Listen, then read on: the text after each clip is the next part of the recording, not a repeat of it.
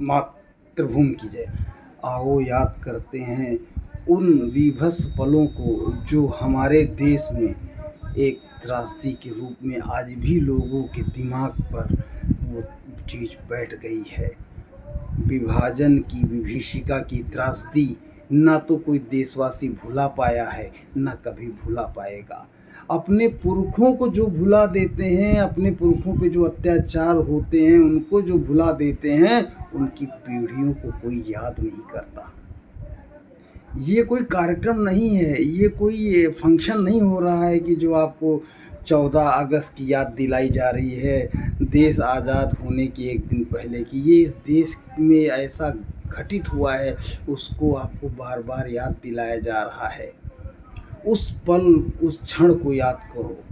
General Dyer आपको याद है कि उन्होंने इतने मारे थे। हमारे देश में तो एक 10 लाख हिंदुओं को काट दिया गया था और आप उसको आसानी से भुला देते हैं।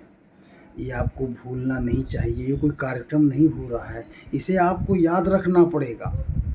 92 को जो कश्मीर का कांड हुआ था उसको भी आपको याद करना पड़ेगा, जब मस्जिदों से कहा था कि अपने बीवी और बच्चों उनको धन संपत्ति को छोड़ जाओ और ऐसे ही खाली हाथ चले जाओ।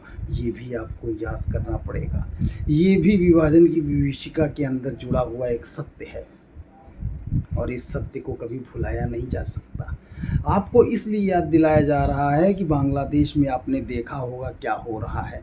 आप जरा सा जागे हैं तो लोग जो है माफ़ी मांगने लगे हैं।